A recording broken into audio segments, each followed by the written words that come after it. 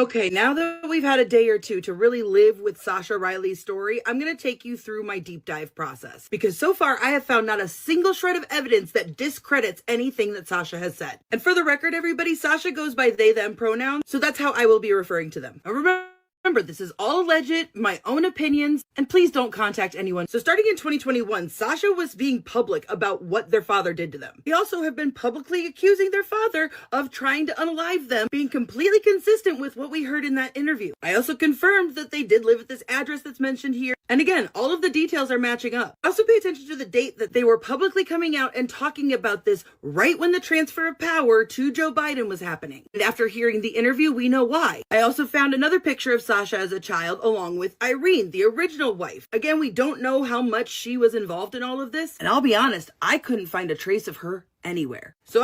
And Sascha Riley said himself, I'm going to play that for whatever reason, his mother was worse than his father. And we're talking about Sascha Riley and also another guy, George Tonks. And there's a possibility that Melania Trump went out and did that press conference because of Amanda Ungaro was about to talk about Sascha Riley actually being confirmed in everything he said about Trump. So we're going to talk about everything today. I've had to put a pin in Irene for now. This is William Kyle Riley, and I'm going to try not to cry as I say this, but he and his newest wife. So William Kyle Riley is Sascha Riley's adopted father. And the things that this young lady is about to tell you, she's literally going to say that a lot of these adoption agencies are all ran by one family. This is absolutely crazy. Hit a like button and drop your city in the chat. Drop your city in the chat. Drop your city in the chat. Let me know where you at. Cindy, and with everything in my body, I am hoping that this 6-year-old child does not live with them, even though they clearly have a room. But I did in fact confirm that William Kyle Riley is a pilot. Now through William, I was able to track down Mary Lynn Riley, and sure enough, in 2018, she's there as being dead through her data. So I don't want to go too fast. Sascha Riley was allegedly abused by Donald Trump, because that's what he said. And a lot of people have been saying, is Sascha Riley lying? Is he telling the truth? How do we know this is happening? You know, Donald Trump is the president of the United States. This happened when Sascha Riley was a kid. So that's the first thing. Donald Trump, when he was just the rich billionaire Donald Trump with the Trump Towers. This is not him as a president now. This was back in the 80s or something like that. Okay. So Sascha Riley was allegedly abused by different men. And he's going to, I have the testimony and everything. And some of y'all may say, we heard it already, but I got new information also. So, but of course, now that Donald Trump is a president, it's a conversation. But this happened like in the 80s. Of death, I was able to track down the picture of this monster as well. And on the surface, it seems like a normal obituary, right? Until you start reading it. Because as much as they talk about all the things about Lynn, they never talk about things like her profession, nor do they mention the time she lived in Georgia and Indiana and Missouri. These people moved around all the time, as if they were trying to keep people from catching on. And then you get to the surviving section, and there's not a single mention of anybody in the Riley family. She talks about her first husband, but not of her second one, nor the adopted child she helped raise. Because her first husband is listed as deceased. They got married the year after they left high school. So who raised their children? Because I sure as fuck hope that they weren't living with this woman. A woman who kept the last name Riley up until her death. I don't know, there's just something off about it. Now, I personally suspect that they were using false identities. Because in her background check, I found a nurse's license. Yeah.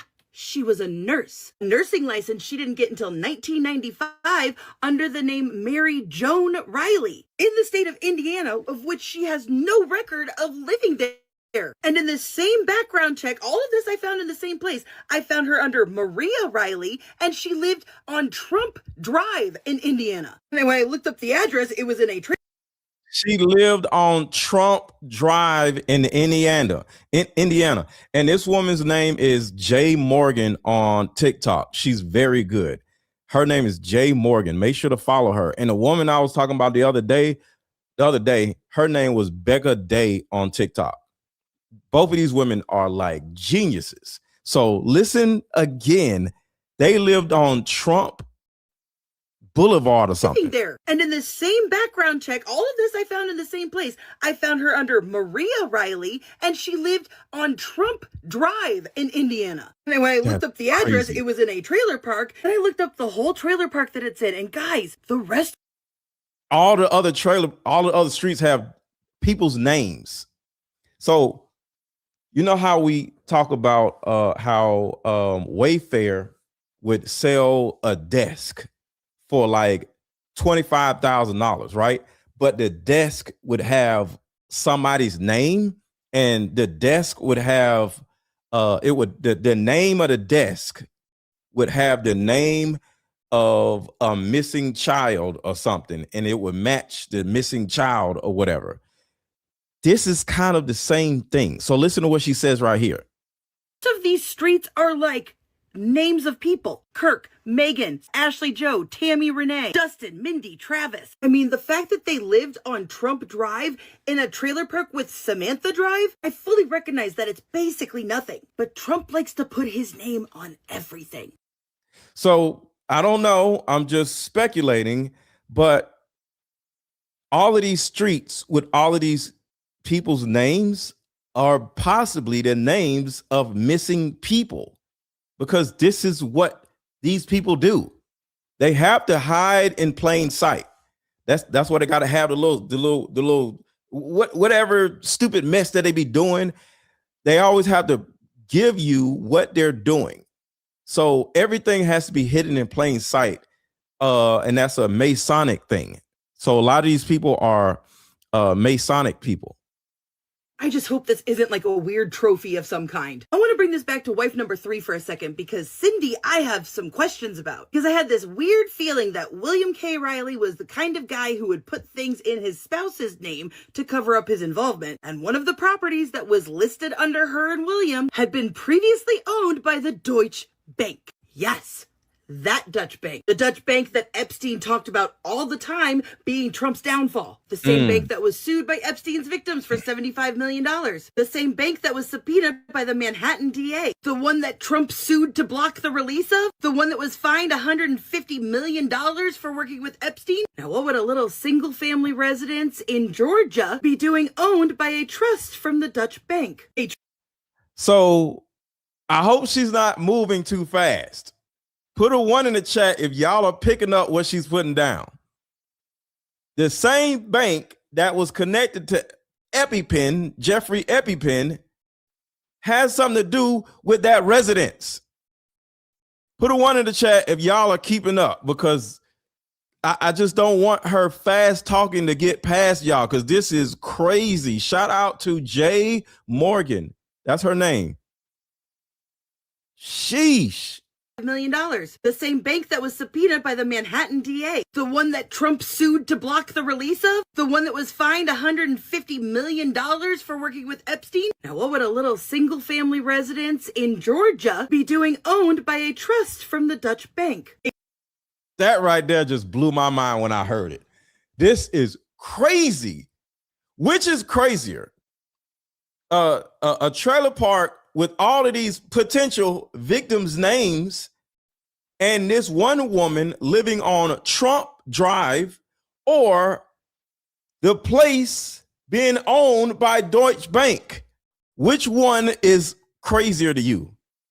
A trust that was out of Richmond, Virginia. Now, silly me, I was so flabbergasted with that discovery that I forgot to take a screen grab of the address that was associated with. So today, when I went to go find the address again, I went to Cindy's profile and this happened. That's not the only weird thing about these properties, because I just chose a property at random. When I say that there was probably about 15 addresses listed for these people, I'm not exaggerating. And a lot of sketchy P.O. boxes. But this property in Georgia was sold to an Anthony and Cheryl Cisco. Now, according to his own website, he's an author, a cartoonist, an evangelist, an entrepreneur, a husband, and father. And then I saw him mention on the website that his ministry stretched from Alabama to Boston to Atlanta.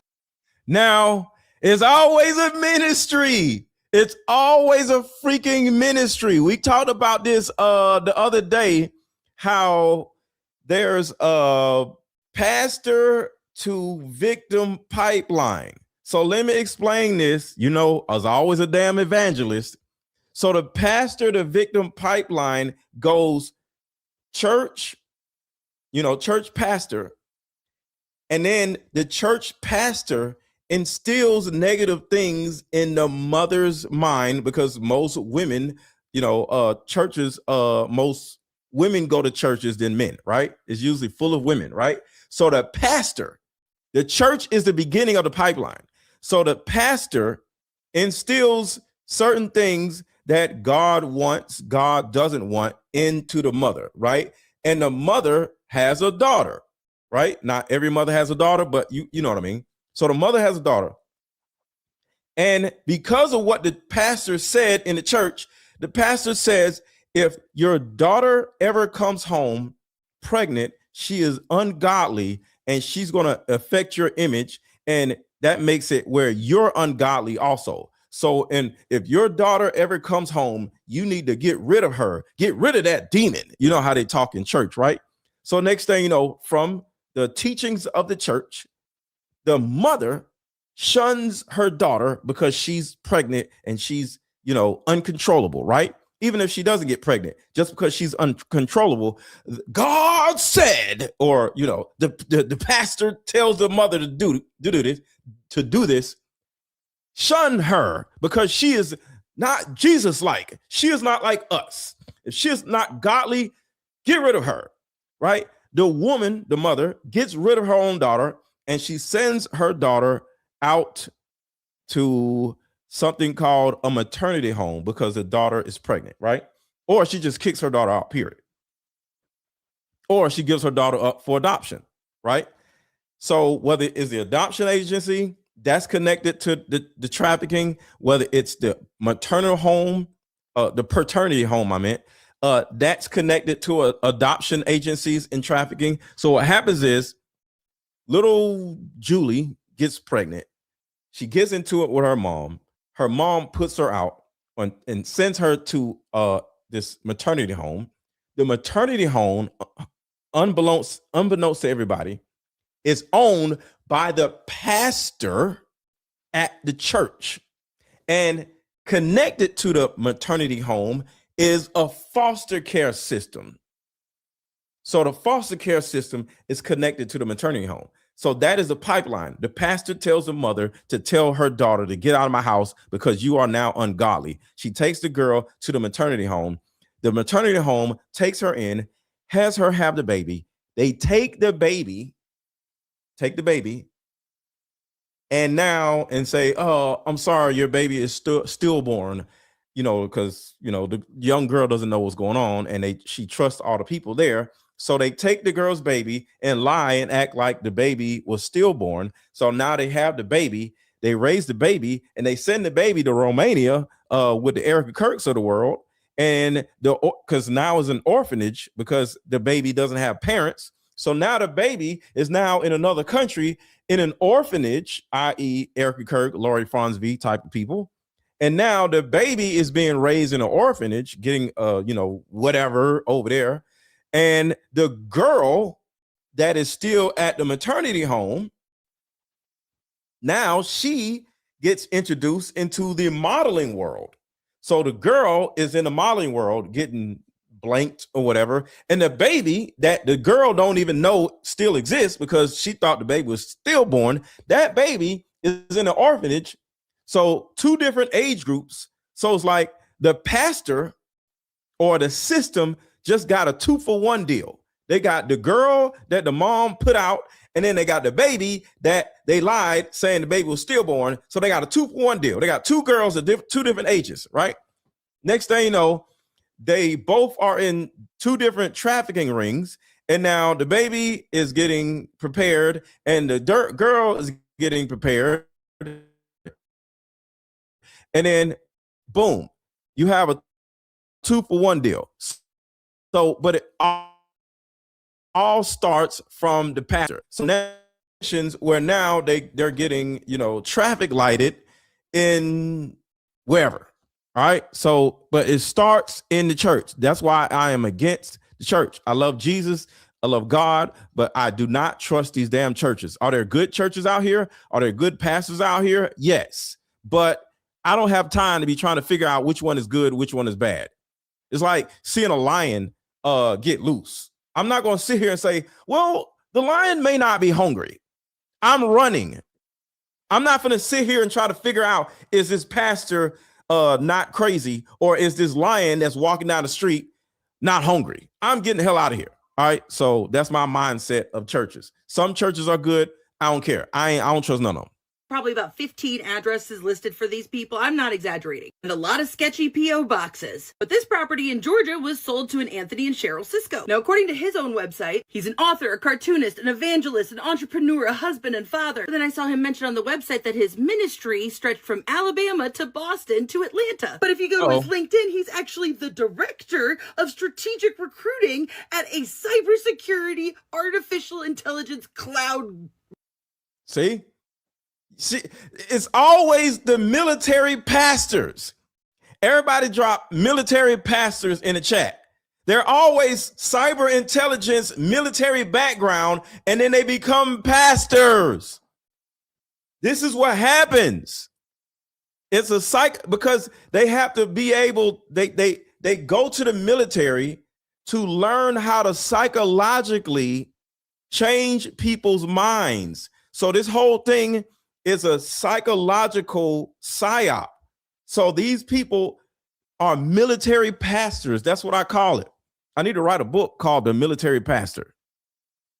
So listen to this shit. They always, they go to Fort Huachuca to learn psychological warfare, and then they go to the church in order to do the thing that they learned at Fort Huachuca. To Boston to Atlanta. But if you go to his LinkedIn, he's actually the director of strategic recruiting at a cybersecurity artificial intelligence cloud whatever business with over 20 years of experience in the recruiting industry. Oh, and let's not forget all of his experience at Harvard Business School. But then I looked at his wife's page. She goes from a bank teller in Florida to an export coordinator in the Middle East, Africa, and Europe to an adoption service, then owns a family wedding business. See, this is what I'm talking about. This is what I'm talking about. This whole thing is a psyop. They want your children. And yes, we're still talking about Sascha Riley, but I'm always going to show you how it's bigger than Erica Kirk, it's bigger than Sascha Riley, it's bigger than Donald Trump, and all of these things that are bigger all points to one thing: your kids. They want your kids. Back up. This shit is so crazy. Shout out to this woman for doing this extensive research. Shout out to Jay Morgan. Go to her TikTok and say, Mr. Let Go sent me. This woman is a genius. Golly. Harvard Business School. But then I looked at his wife's page. She goes from a bank teller. Remember, the husband is on some military pastor stuff, and the wife is doing the same shit. She's a bank teller, and then she's a what? Teller in Florida to an export coordinator in the Middle East, Africa, and Europe. Export coordinator. Export. That means she's in charge of transporting things from here to there to other countries. But she's a bank teller, right? And her husband is a pastor who's also in the military. Psychological operations master person. What in the hell? Europe to an adoption service, then owned a to an adoption service. Do y'all see this shit? 1, subscribe to this channel if you haven't already. 2, hit the like button. And 3, if you have not already, drop your city in the chat, because this is absolutely nuts. Yes, adrenochrome harvesting. These adoption services are all psyops. Export coordinator in the Middle East, Africa, and Europe to an adoption service, then owned a family wedding business, then spent 6 more years as an export coordinator. Again, this could be nothing. But in 1996, they had a business attached to it called Choice Care Inc. And this is what came up And this is on the official Georgia Health site. 2017, this property was sold to Southern Crescent SA Child and Advocacy Center. And then they always be like, I'm a trafficking advocacy center. You're either a pastor or you're an advocate for children who have been trafficked. What? And I'm going to show you how I'm not crazy real quick, because I got to show you this. Give me a second. It's absolutely crazy how everybody is something else. Hold on. Give me a second. Where is it? You know what? Hold on. Let me play this. And so just to give me a second. So, all right. So I'm play this and come back. This just in, a new way of healing is sweeping the country, and it's a card game called Like Mother, Like Daughter. This game is powerful. My favorite question was, if you could parent me all over again, what would you change? This card game has a mother deck and a daughter deck, so we both have questions for each other. These are some good questions. Do you think I'm a people pleaser? If so, where did I get this trait from? This card game actually helped my marriage, and the questions showed me that I still had unresolved issues with my mom, and I was taking them out on my husband. If you don't do anything else, buy this card game. You won't regret it. Click the link below. Like mother, like daughter, we are the same. You'll see when we play this game. I can't find it. All right, I'll look for it in a minute. I'm just gonna let this keep playing because, man, oh my God. Is solely owned by Republican Georgia State Representative Karen Mathiak, who mentions this nowhere on any of her political websites. Originally formed in 2000, whose address prior to this was this random warehouse, not even kidding, whose address is listed as a P.O. box in another city, where the Rileys also just so happened to have a fucking P.O. box, beginning the same year that this became a registered government entity. Did I also mention it's across the street from a decommissioned train station? And that was one property, y'all. A ton of their addresses have medically sounding businesses like registered to them, like Emergency Sky Care or New Day Treatment Center. I mean, look at William K. Riley's sketchy LinkedIn, unless there's another Bill Riley who also lives in Ranger, Georgia. Now look right here under the education part though, because those are the same years that a lot of the, abuse was happening according to Sascha. Because human resources sound sketchy as hell too. And I've never seen so many people endorse a profile before, let alone one that only has 12 years of experience listed. Now, speaking of weird documentation, now this is another big one for me because Sascha's background check said that they did not get a social security number issued to them until around 1987-88, not till they were like 14 or 15 years old. A lot of us are used to the system now where you're just automatically given a social security number. Moved to Texas. Okay, so this is Rick Cutler, and I'm going to back up what she was saying because I totally interrupted what she was saying. So this is what I was looking for right here. So this is Rick Cutler, the guy that had the poem, and then Charlie Kirk got popped. All right, put a 1 in the chat if you remember this guy, Rick Cutler, who was standing there and he did something right here, and they were like, "Oh, he had a palm gun." Put a 1 in the chat if you remember who this is. So this is one example of how all these people are something else. Military pastors. Watch this. Long Beach, Florida. Moved to Texas at a young age and joined the military just a little bit outside of high school. I became a police officer for the city of Irving in 1990. I spent 30 years at the city of Irving and approximately 22 years on the SWAT team. The Lord led me in 2019 to retire and to go into full-time missions and ministry outside of the United States. Military pastors. I guess when you go to war, now you want to be a pastor for some reason, and you want to have an orphanage. This man has an orphanage. Military pastor with an orphanage. And I moved to Guatemala. Who the hell retires from the military?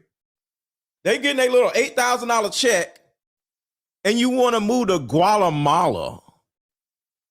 What? This is how it works. with an organization in natural disaster and relief. Staff, my name is Rick Cutler, and I'm applying for the Irish Relief Leadership School in Puerto Rico and in finishing up in Belize. I want to attend this school so I can better prepare myself for the nations. I believe Jesus has called each and every one of us to serve the kingdom in our own special way. He has created us for a specific purpose, and I do. You killed Charlie Kirk, or you have something to do with killing Charlie Kirk. Now you want to go and start your orphanage. Got it. I believe that in the next chapter of my life that this purpose has been revealed. I'm finishing a career in law enforcement after 33 or 30 years of serving. 33. Did anybody catch that? 33. It's always 33. We caught Charlie Kirk in 33 hours. He finishes whatever in 33 years. Do y'all see that? 33. They always show you everything that they're doing in plain sight because that's what they have to do. They have to tell you what they're doing without telling you what they're doing. Career in law enforcement after 33 or 30 years of serving my community and my nation as a soldier in the United States Army as a military police officer and as a police officer in the city of Irving as a patrolman and a SWAT member and a SWAT team leader and a SWAT supervisor over and combined in the past 30 years. And I know it's time for me in this next chapter of my life to not only serve a community. And you see, he said 33 or 30 years. And then again, he says 30 years. He did not do 33 years. He did 30 years. But he needed to say 33 in order to communicate with whoever's watching to let them know that I'm still down with y'all. He literally just said 30 years or 33 years. If I did something, I know how many years I did it.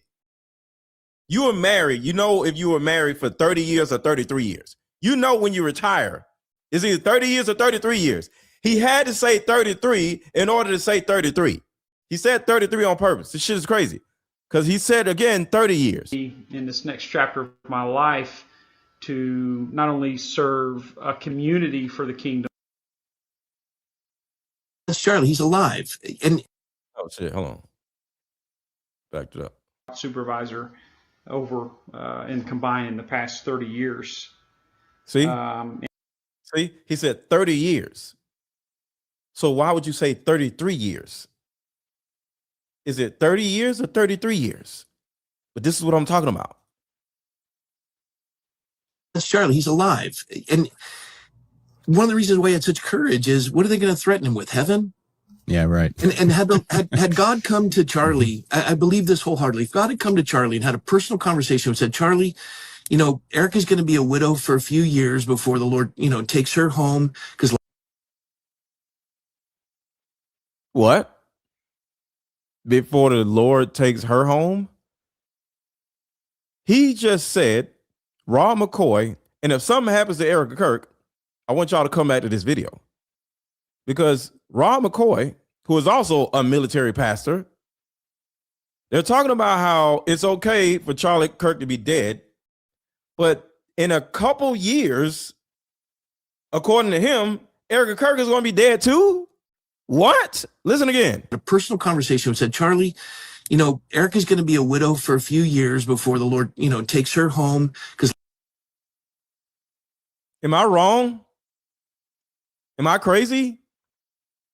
Tell me, am I crazy, or did y'all hear what I just heard? He just said, your wife is going to be a widow for a couple years, and then the Lord is going to take her home too. Am I crazy? What did I just hear? Y'all tell me, am I crazy or am I not crazy? One more time. a personal conversation and said, Charlie, you know, Erica's going to be a widow for a few years before the Lord, you know, takes her home, because life is a dash. Your children aren't going to be fatherless, because I'll be a father to the fatherless. But I'm going to take So your old ass is going to be a father to Charlie Kirk's kids because Charlie Kirk and his wife are going to be dead. And you're older than Erica Kirk. So he's not saying when she gets old, because you're 55 something years old and Erica Kirk is 30, 35. So why in the world would she die before your old ass die? Are you saying somebody is going to kill Erica Kirk in a few years and then you're going to raise their children? A personal conversation said, Charlie, Erica's going to be a widow for a few years before the Lord, takes her home, because life is a dash. Your children aren't going to be fatherless, because I'll be a father to the fatherless. Because I'll father your kids when both of y'all are dead.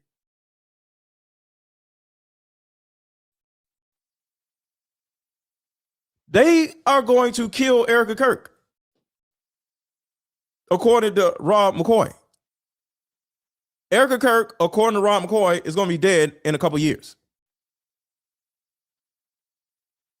And thank you, sexy Yazi. Appreciate you. They're going to kill Erica Kirk too, y'all. What in the hell? For a few years before the Lord, takes her home, because life is a dash. Your children aren't going to be fatherless, because I'll be a father to the fatherless. But I'm going to take you home, and from your death, 100 people are going to come to Christ. Charlie, I'm going to take you home. Say, okay. Well, yeah. Who would have thought this many? I mean, this is unbelievable. That's right.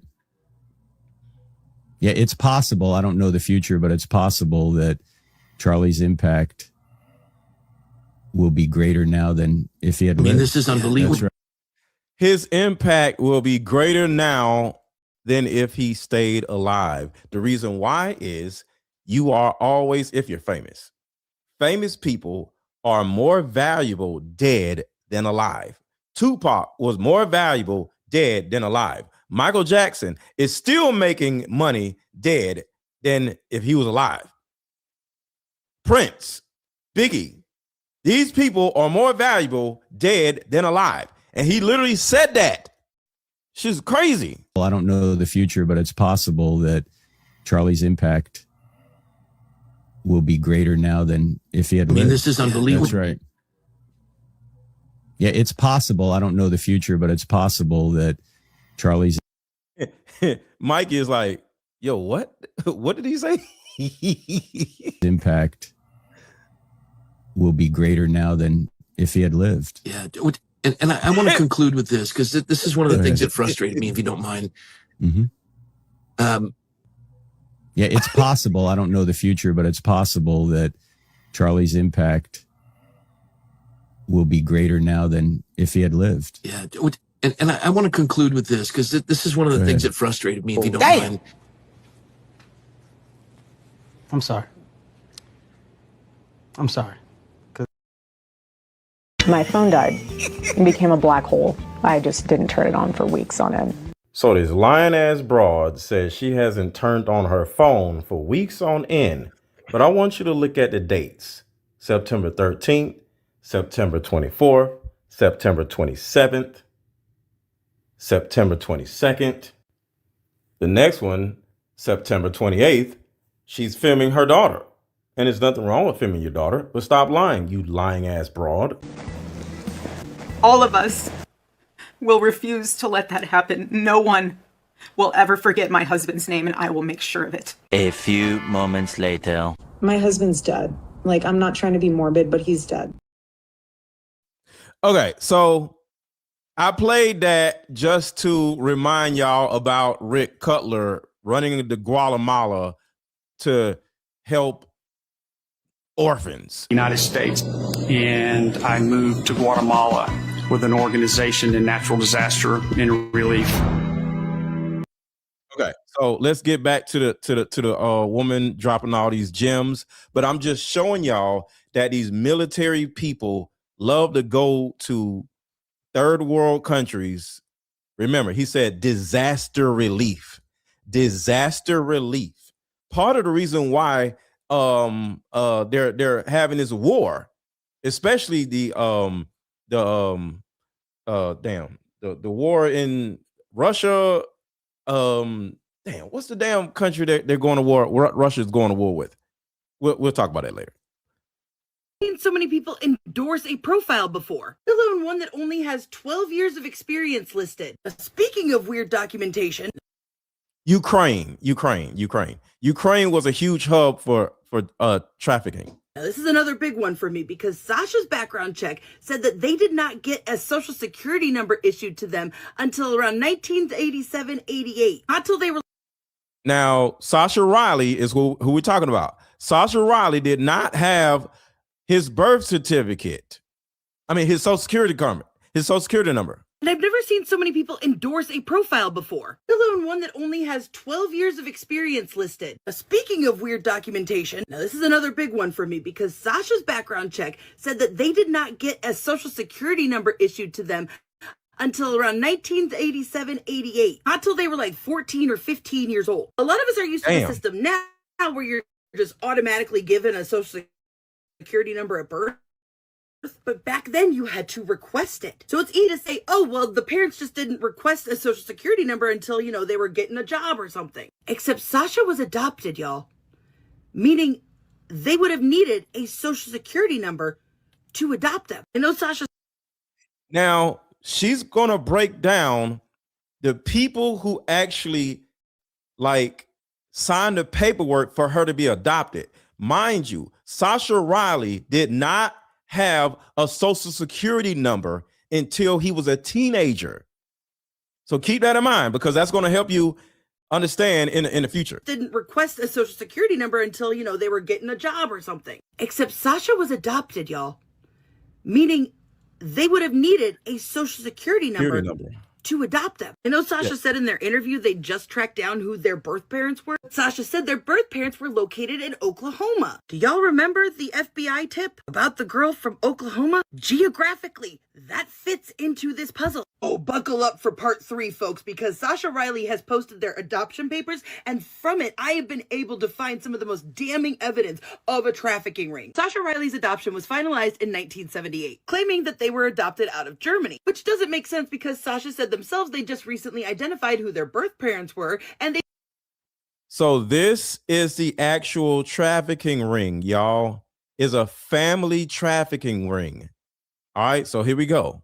This is his adoption papers. Check out the names that's on the adoption papers. They both live in Oklahoma. The attorney representing the Rileys on this adoption form is Ben Wexler. Now, as you can see, these adoption papers are out of Greene County, Tennessee. Using that information, I was easily able to identify the attorney as Benjamin King Wexler. Ben Wexler had a very extensive career. He was the assistant district attorney from 1969 until 1976. He then became a Greenville City judge, and while simultaneously was the Greene County attorney from 1978 to 1986. And if you look at these years, you'll notice that there is some weird overlap here. Now, listen to what she's about to say.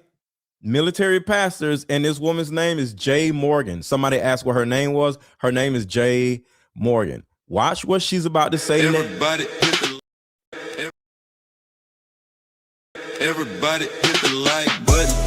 Everybody hit the like button.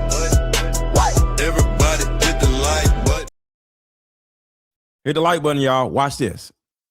He was ADA while at the same time being a city judge. And then while being a city judge, he was also the Greene County attorney. And for right now, I just want to point out that he was also on the board of trustees for the Holston United Methodist Home for Children. The Holston United Methodist Home for Children. The Holston United Methodist Home for Children.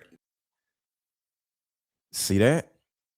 He's a judge. He's a sitting judge. But he's over here working with a home for children. So let's skip to this real quick and come back. Home, a place for young, single, pregnant women, is defending itself against allegations of coercion and manipulation. A new podcast called Liberty Lost alleges some of the young women felt pressured to place their children for adoption. The Liberty Godparent home is tucked away on Liberty Mountain Drive. The maternity home was founded by Jerry Falwell Sr. in the 80s as part of a pro-life ministry at Thomas Road Baptist Church. So this is a different situation, but I'm showing y'all that pastors of big mega churches own these little orphanage maternity homes. Judges making all this money over here as a judge also own these little orphan maternity homes. So I'm letting y'all know that a lot of these judges and pastors on the side, if you were to look up their stuff, they also own orphanage, maternity, or adoption agencies. Now it's the focal point of the podcast, Liberty Lost. What inspired you to investigate this in the first place? For the last 2 years, I've been investigating the maternity home after connecting with several residents who went through the home as pregnant teenage girls, both in the 1990s and in 2008. One of those residents, Abby Johnson. At 16, she got pregnant. Finding out I was pregnant was traumatic and shocking. And listen to what happens. Remember, I told you the pipeline starts in the church. The pastor guilt trips the parents into sending their daughter off to this place because she can no longer handle her child. And next thing you know, the girl ends up pregnant, or she's already pregnant, and that's the reason why she's got sent off. And then now she's in this maternity home and they take the baby. That's how the pipeline starts. It starts in the church. Listen. And not something I had any preparation for mentally, socially, emotionally. She got pregnant. Parents sent her across the country to Liberty Godparent Home with the promise of a scholarship to Liberty University after all was said and done. I really can't describe the sense of abandonment and fear and disassociation that you experience when your family abandons you, all the while calling it something like good for you and like godly. This is a plan. Johnson says she wanted to keep her son. However, she felt the home already made the decision to go the adoption route. But she says the godparent home shouldn't have ties to an adoption agency. Shouldn't have ties to an adoption agency. Shouldn't have ties to an adoption agency. And watch the address of the adoption agency. According to city records, the godparent home and the Family Life Services Adoption Agency share an address. Thomas Road Baptist Church found they share an address. It's in a different place. It's just in a different department. You have they help you with the baby. They take the baby, and then the baby goes to the adoption agency. And then boom, the adoption agency gets kickback from the government for the child. And then the child gets to Argentina or Romania. And then Erica Kirk or an Erica Kirk type of person now raises them. And then the child goes, once the child ages out, y'all seen this already, but some people didn't.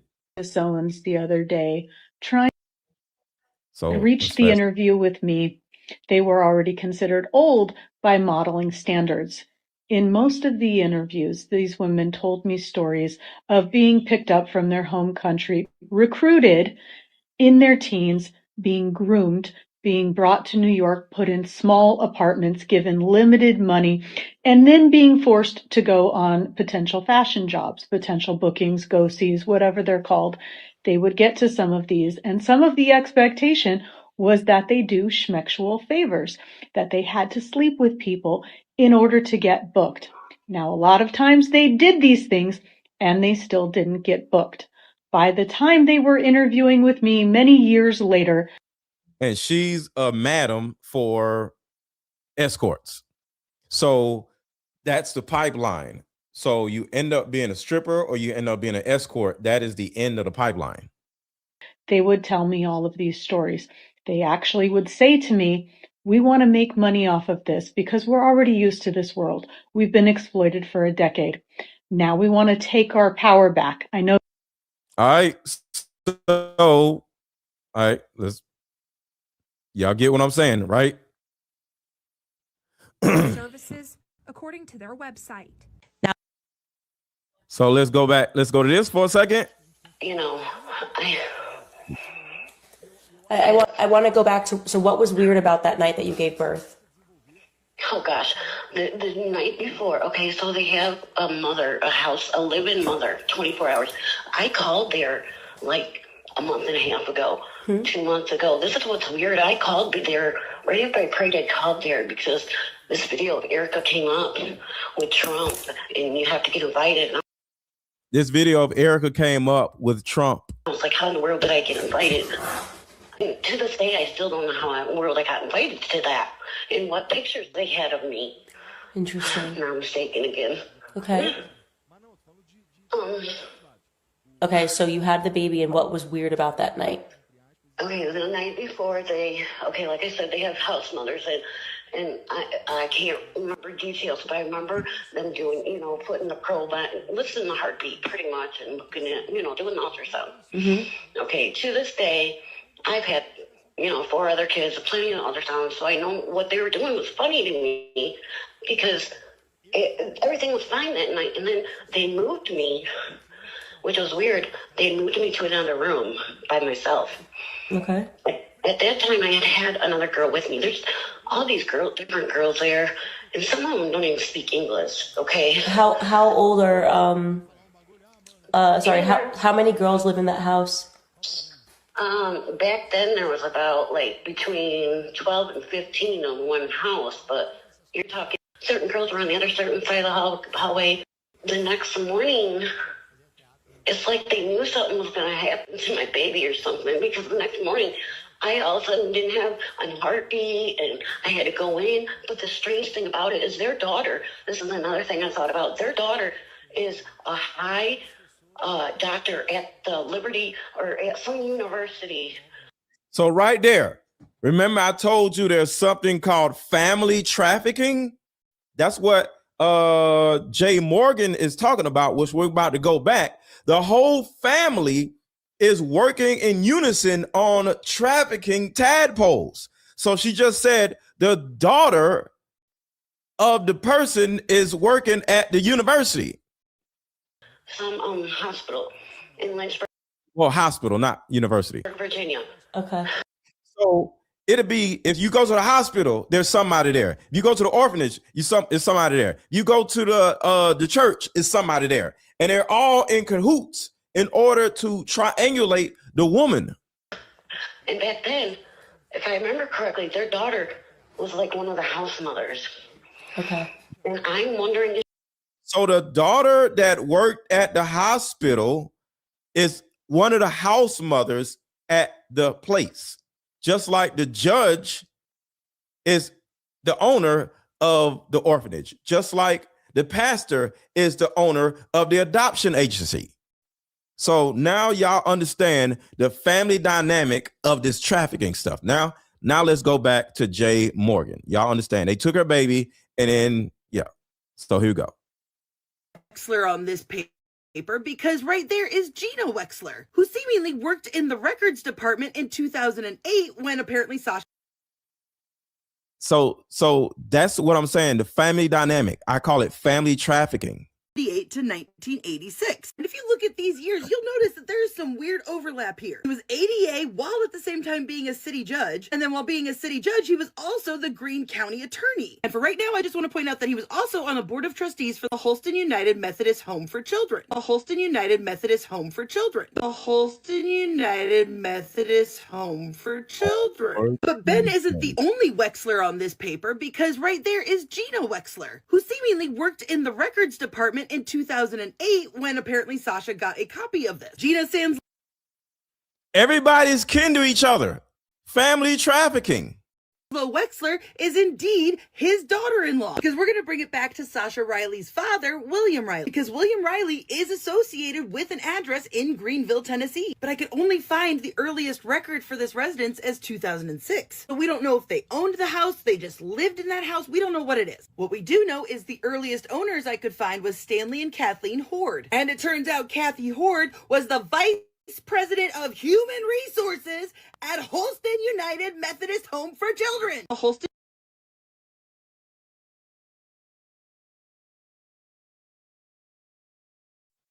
Human resources. You might as well say human trafficking resources. See, over here, we connect the dots of where all these children go. For those who don't know, and you can look this up yourself, 22,000 women go missing every 30 days. 22,000 women go missing every 30 days. And it's systematic. And everywhere you go, somebody that is some kin to somebody else that is going to act like they're trying to help you, and they're going to be like, sorry, I can't help you. Can you fill out a missing persons form? Sorry, I can't help you. What? And somebody said, who is Sascha Riley? Sascha Riley. Okay, we're going to get into who is Sascha Riley. Just give me like 5 minutes, and then I'll be able to explain Sascha Riley to you, because I'm about to show you who Sascha Riley actually is. So just hang out for a second. You'll understand who Sascha Riley is. I got all the tapes. With an address in Greenville, Tennessee, but I could only find the earliest record for this residence as 2006. So we don't know if they owned the house, they just lived in that house. We don't know what it is. What we do know is the earliest owners I could find was Stanley and Kathleen Horde. And it turns out Kathy Horde was the vice president of human resources at Holston United Methodist Home for Children. A Holston United Methodist Home for Children. At Holston United Methodist Home for Children. Y'all remember how I said it was weird that Bill Riley's LinkedIn had him listed as human resources for Troy University? Bill Riley is Sascha Riley's father, the one that was hoeing him out. Just so you know, Bill, William, same name. Not only do they have a creepy ass prayer page, but there are also horses and barns involved in this home for children. Not only does. So let's stop right here.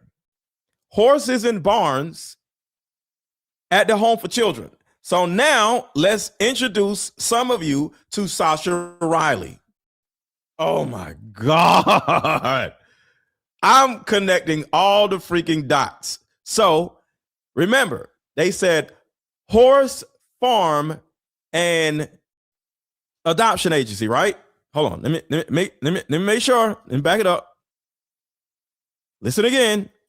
Home for children. Y'all remember how I said it was weird that Bill Riley's LinkedIn had him listed as human resources for Troy University? Not only do they have a creepy ass prayer page, but there are also horses and barns involved in this home for children. Okay. Horses and barns, right? On a farm, right? Okay. Just want to make sure. Farm. Keep in mind, farm. Horses, barns, farms, and not only does that line up with some of the shit that Sascha was saying, but who was it that had a thing for horses? Oh yeah, Jelaine Maxwell. They also. Okay, so now let's introduce a lot of you to Sascha Riley. So check this out. Here we go. Encounter with Trump, and that's why I tried that son of a bitch, because he is a fucking monster. It's why I have not shut up about just how absolutely abhorrent he is as a human being, and it's why I tried to. Yeah. Because I had decided, I had already seen enough other people die that in my mind I thought, well, they're just going to kill me too at some point, right? So this is Sascha Riley talking about his ordeal with Donald Trump at something that they call a cruelty farm. I'm not going to survive to be an adult from this. So in my mind, he was the biggest pile of shit that I'd ever had to have any contact with. So I was going to take him with me. And how often did Trump you? Do you remember? I can remember two specifically. A third one that I think I was around him more than just those 3 times, but only 3 times do I kind of remember. I can remember at one point him asking the people that were kind of running that party or whatever it was at that farm. He wanted to somebody, and they said, "Hey, that's not this kind of party. You can't do that." And they said, in lieu of doing that, they said, "Well, we've got some puppies. If you then we've got to get rid of them anyway." So I can remember. So for context, this is in the 80s, before Donald Trump was president. In the 80s, this man here talking, he was like 12 years old. His name is Sascha Riley, and a lady was talking about his father, William Riley, all right? and how everybody in the family was on had connections to the military. His father, Sascha Riley's father, adopted father, he actually flew victims to these farms, okay, for Epstein. All right. So now they're on this Cruelty farm, and Donald Trump, before he was president in the 80s, came to the farm and was like, yo, I want to whack somebody. And they was like, whoa. We don't whack nobody over here. We're just everybody. We're not whacking them, right? Well, I want to whack somebody. And we know what whack is because y'all know what whacking is. Whacking is unaliving somebody. So they said, we got these puppies over here. He was like, all right, that'll work. So that's what we're talking about with the puppies. And allegedly Donald Trump. And taking those puppies one by one. Experience, I guess, seeing them suffer in different ways. What his kink is, I guess, if you want to call it that, is watching people suffer. He likes to destroy people physically, mentally during the process of. That's why he stands out so much in my memory. Were all of these parties at the farm or similar locations to the farm? Where there was it was multiple farms. Multiple farms, and usually it was parties. So there was. Now remember, farms. This home for children. Not only does that line up with some of the shit that Sascha was saying, but who was it that left? See? Farms. Methodist Home for Children. A Holston United Methodist Home for Children. At Holston United Methodist Home for Children. Y'all remember how I said it was weird that Bill Riley's LinkedIn had him listed as human resources for Troy University? Not only do they have a creepy ass prayer page, but there are also horses and barns involved in this home for children. So, home for children and farms. See, the way they get away with this is by taking whomever to farmland. See, there's nobody to call on a farm because usually a farm has acres and acres and acres and acres of land, right? So the way they're able to get away with this is by bringing or flying victims to farmland. Because who's going to look at a farm? Right? So it's just land. You can't call the police. There's no phones. You can't do nothing. And then even if you do call the police, it's going to take them 45 minutes to get to the damn farm. And they're going to have to walk because you already know. Excuse me, most farms have gates. So the police are going to have to get out of their car and walk the farmland to find y'all. And it's 1,000 acres on the damn farmland. So they can do whatever they want to do. You can hear hollering, you hear screaming, and nobody's ever going to hear anything because they're on a farm. So that's the reason why the farm is so important. And children love petting goats. They love petting horses. So it looks innocent. So even if the police found children on a farm, they would say, officer, this is a petting zoo. This is a petting zoo. They're here to pet the animals. Pet an animal. They're there to pet animals. So it's a petting zoo, sir. We're not doing anything to these kids. It's a petting zoo. So even if police found them, it's a petting zoo. We're not doing nothing. Trump that were flown into the parties. And yes. then and they would have like a building, a house, and they would usually have like a tent set up. And, it was almost like a little, I don't want to say a fair. It wasn't that big. They didn't have rides or anything, but it was a kind of a coordinated deal. Y'all were the ride. Y'all were the actual rides, sadly. All right. So that's one video of Sascha Riley. All right, let's keep going. Everybody hit the like button. Everybody hit the like button. Everybody hit the like button. Everybody hit the like button. All right. So now we're going to talk about the planes, and then we're going to talk about what he did to Trump. Allegedly. Trump to dad, William Kyle Riley. worked as a pilot and was involved. Yes. Integrated in the He was Epstein involved Trump in plan. all kinds of things. Yeah, and he worked a lot with Trump and Epstein, correct? I know that he was around Epstein and worked with Epstein, and I want to say that he flew for Epstein, and if not for Epstein directly, like transporting Epstein himself, he did transport some of the rich people to and from these parties that Epstein and company hosted. It wasn't just him; it was kind of a cabal of several people, and Epstein was the lead coordinator, maybe you would call it. But it's much more than just him as an individual. You know, it was people like him, like Trump, other people, and I can't remember, like how many, but he was handy to have around because he was a part of the process, and he isn't just like an airline pilot or something like that. He can fly anything. He can fly helicopters, fixed wing, smaller aircraft, larger aircraft. I mean, he's that pilot, that kind of that multi-purpose guy that could transport whatever you needed. His father. And I don't know if he ever got into the drugs. I can remember him talking at one point, and he had refused to do a drug run, basically, and somebody else took that drug run, and they got busted. Yeah. So I don't know what kind of aircraft it was or whatever, and it was around Florida that guy got busted at. Maybe he flew down to the Virgin Islands or something like that. I can't remember the specific details, but I can remember the conversation that my dad had talking about, thank God I didn't take that. And because the guy got busted and he wound up, huge amount of charges, 25 to life or whatever the heck he got.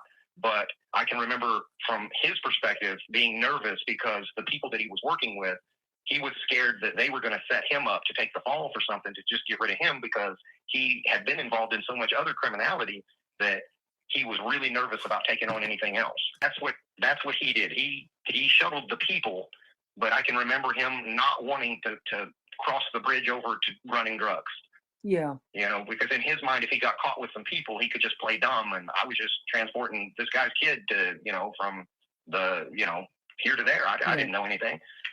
So did your dad? Go ahead. Did your dad transport the victims most often? Oh, absolutely. So more victims than guests. I don't want to call them guests. I would say more guests than victims, Okay. But he definitely transported both. Okay. And that was either directly for Epstein, like wasn't transporting Epstein so much as Epstein's victims and Epstein's guests. And the clients. Okay. Yes. The clients. Okay. So his father, who adopted him in order to make money off of him, was a pilot for EpiPen. All right. So now we're going to talk about what he allegedly did to Trump. And this was before Trump was president. This was in the 80s. All right. Where is it? And everybody hit the like button. Everybody hit the like button. Everybody hit the like button if you have not already. Okay, here we go. All right, here's a story about Trump. To the farm, of course, I'm scared at the farm because I don't know what's going to happen. But the first person that comes up to me is a girl named Patricia. This is a girl that I had been trafficked with before. And she came running up to me and, said hello or whatever. She was about my same age, around 12 or 13. And I can remember my dad saying, well, why don't you guys go run off and or whatever and have fun. Somebody said they can't hear me. Put a 1 in the chat if you can hear me. Put a 1 in the chat if you can hear me, because hold on, I want to make sure everything is good. Put a 1 in the chat if you can hear me. Somebody said they can't hear me. I want to make sure my audio is good. Or can you hear this? Not me, but this. Put a 1 in the chat if you can hear what's being played. Put a 1 in the chat if you can hear. Okay, just want to make sure. All right, cool. When I got to the farm, of course, I'm scared at the farm because I don't know what's going to happen. But the first person that comes up to me is a girl named Patricia. This is a girl that I had been trafficked with before. And she came right up to me and, said hello or whatever. She was about my same age, around 12 or 13. And I can remember my dad saying, well, why don't you guys go run off and or whatever and have fun. We went and found a room. People burst into the room. It would have been 4, 5, 6 guys, big guys, adults. At least one of them had a gun. I think 2 or 3 of them had guns. But they came in, they shot her while she was still in the bed. They didn't me, but what they said was, if you don't do everything that the next person coming in here wants. All right, so turn up the audio. No, you just gotta turn up the audio. I can't turn up the audio. You gotta turn up the audio. So what he's saying is they took a break from whatever was being done to them on this cruelty farm, and the adopted father was like, hey, you take your little female friend and y'all go into one of the barns and y'all get busy. So he was like, okay, because by then, you're so screwed up as a kid, you think just running around having sex is a normal thing. So you're like, okay. So they go back and they, doing whatever. Oh, my mic is louder than the audio. Okay, I got you. So I can't turn up the audio. So they go in a room and they're getting busy, and then somebody busts in a room and unalives the female, but they don't unalive him. And then they say, if you don't act right, we're going to do what we did to her to you. And the person that walks in the room, according to him, is Donald Trump. Okay, so that's what's happening. Me. But what they said was, if you don't do everything that the next person coming in here wants, we're going to shoot you just like we did her. That's when Trump came in. So that's why I remember him so vividly. And it was at that point I had already decided they're probably just going to anyway. I'm going to take him with them. And I tried, but I did not. How did you, Trump's? What did he do? A sadistic psychopath. Right here, she asked him, did he do this and do this? You can imagine what this and this is. Yes. So at one point, I kind of acquiesced to whatever things that he wanted to do. But at some point, he wanted me to. So he lay down on his stomach, and there was a wooden. He wanted to get popped in the ass. The person that he is saying is Donald Trump. He wanted some penis. So the person that he says is Donald Trump is now laying on his belly, waiting to get popped. And the guy sees a bat in a corner, and he puts a condom on it and does that. Okay. So somebody said, can you imagine a life like this? There's millions of women that live lives like this. There are strippers that live lives like this. There's girls on OnlyFans that live lives like this. There are girls that walk the track that are girls that live lives like this. Yeah, it's so many women that live lives like this. Men too. There was a wooden tent stake that was in the room, and I had been eyeballing it as a weapon. And what I did was put the condom on the wooden tent stake. Oh. And I kicked it as hard as I could, and that's why he had to get life flighted out, because I ripped him open. Oh. Because there's poetic justice there. Like an entire party's worth of people. They took. After Trump was airlifted out? Yeah, a whole nother party. So they took me to another party after that, and because I had done that to one of those rich people, they took me from like station to station, and they could do whatever they wanted. The room was spinning. I was nauseous, probably throwing up, maybe some broken bones. Maybe some broken bones is crazy.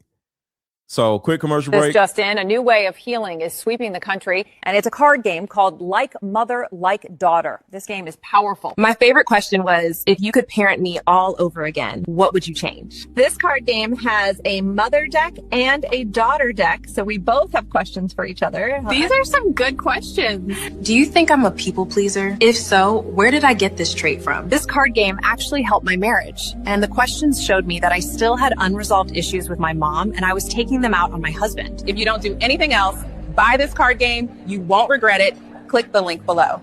Like mother, like daughter, we are the same. You'll see when we play this game. And the reason why I promote this card game so much is because a lot of these young people that end up in these situations end up stripping, end up selling their bodies, or end up getting trafficked. It starts in the home. And I'm not saying somebody is somebody's fault, but the thought process that your child doesn't understand why you're hard on them when you want your child to know that you love them, and the reason why you're hard on them is because you don't want them to get trafficked, you don't want them to end up like Sascha Riley, well, sometimes your kid isn't going to understand. But if you were to play this card game with your kid and slow things down a little bit and ask these choreographed questions, it will literally help your daughter, your son, to understand why you are trying to help them or protect them. Because a lot of young people, just biologically, when they turn teenagers, their hormones start racing, they don't like you anymore. And it's kind of like a God-given thing where, well, I don't want to get into that, but I'll just say something happens to kids hormonally that biologically causes them to not like their parents. It happened to me. It happened to my two daughters. When both of them turned a certain age, they started saying, "You don't understand me. You don't." I'm like, "What are you talking about? We have a great relationship." So something biologically happens in a young person's brain that literally causes them to not like their parents. But guess what? Everybody likes playing card games. Everybody, no matter what age. So if your kid is starting to wig out on you, just say, "You know what? Let's play this game and it'll help us understand each other a little bit better." And regardless of what they think about you, they love playing games. That's why this is a game, because it helps young people. It helps disarm your mother. It helps disarm your daughter. It helps disarm your kid into changing the way they're thinking. Is like, "You're trying to control me." No, let's just play a card game. And next thing you know, they're like, "Okay." So when you go to your mother and say, "Why did why did my dad leave?" She gonna be like, "Who are you talking to?" Right? But if you say, "Ma, you want to play a card game?" It disarms her because it's a card game. You go to your child and say, "Who's that boy that you was talking to at school?" "Ma, you're trying to control me." But if you say, "Hey, my little Kimmy, you want to play a card game?" She's gonna say, "Okay." So this card game is disarming to the other person. That's the reason why it's so important for all of you to get a card game and play it with the person that you love, because that person you love may not understand you, or you may not understand the person you love. That's why I push this card game so much. It's meant to bring people together, bridge people together. And the reason why I'm bringing this up is because there are millions of Sascha Rileys out here where their parent didn't understand them, or their parent didn't even want them anymore. And now you got to pick up the pieces in your own life. But at some point, no matter what you think about your parent, you still want to build a connection or rebuild the connection that you lost when you were a child. And this card game will help you do that. Broken bones badly. And how many perpetrators did you say again? 20 to 40, 25 to 40 perpetrators? People that were there, yes. I would say probably 8 or 10 that remember. I can remember getting hurt, just getting beaten up and, Was that before you tried to defend yourself from Trump or after? Do you remember? That was after. That was as a punishment, if you want to call it that. What happened at that party was part of the punishment, and then I can remember them saying that this is the last of it when I had to go see Andy Biggs. And I can remember my dad saying. So put a 1 in the chat if you are aware of who Andy Biggs is. Put a 1 in the chat if you are aware of who Andy Biggs is. Now, he did what he did to Donald Trump, according to him, sent Donald Trump to the hospital, and now everybody is taking their turns just beating him up, okay? But put a 1 in the chat if you're aware who Andy Biggs is. No more. I can remember him even kind of breaking down a little bit, like psychologically, because of just, I guess, hello, kind of breaking down a little bit, like psychologically. My dad saying, if you want to call it that. What happened at that party was part of the punishment, and then I can remember them saying that this is the last of it when I had to go see Andy Biggs. And I can remember my dad saying no more. I can remember him even kind of breaking down a little bit, like psychologically, because of just, I guess, the repeated watching me just get destroyed by people. I kind of find some of that just out of spite, to be honest with you. Andy Biggs is a senator that is very close to Donald Trump. That's who Andy Biggs is. There's really no other way to put it, but I wasn't going to. I can remember hating my mom so much that I just did not want to give her the satisfaction. Yeah. She, as bad as my dad was, Marilyn Riley was even more evil. Okay, so that is some of the Sascha Riley tapes, and this is more. You know what? Let's keep going on with what this young lady is saying, and then we're going to go to the updated Sascha Riley stuff. Sascha was saying, but who was it that had a thing for horses? Oh yeah, Ghislaine Maxwell. They also found this business called Horde Russell Alliance associated with the address. Well, Hold on, y'all. It's messing up. Give me a second. It's messing up.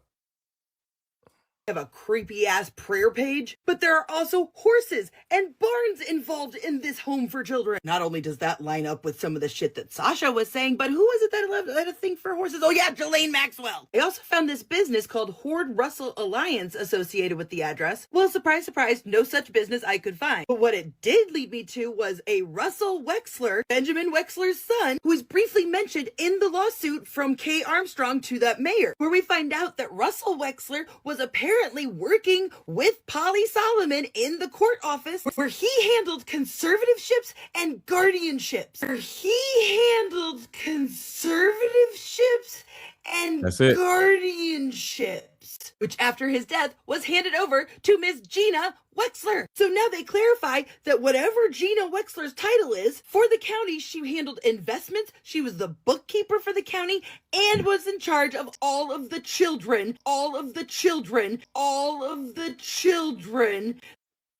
Y'all see that, right? So just in case you wonder how these people get away with this stuff, it's because they appoint their family members in every facet of this stuff. Adoption agencies, judges, military people, pastors. So it's like everywhere you go is somebody that you don't even know that is some kin to somebody else that is going to send you back down the rabbit hole. Well, not the rabbit hole, back to confusion, because everybody is some kin to each other. And that is the reason why this is so important. So for anybody wondering, how do they get away with this? Because everybody is some kin to everybody else. Lawsuit from Kay Armstrong to that mayor, where we find out that Russell Wexler was apparently working with Polly Solomon in the court office where he handled conservativeships and guardianships.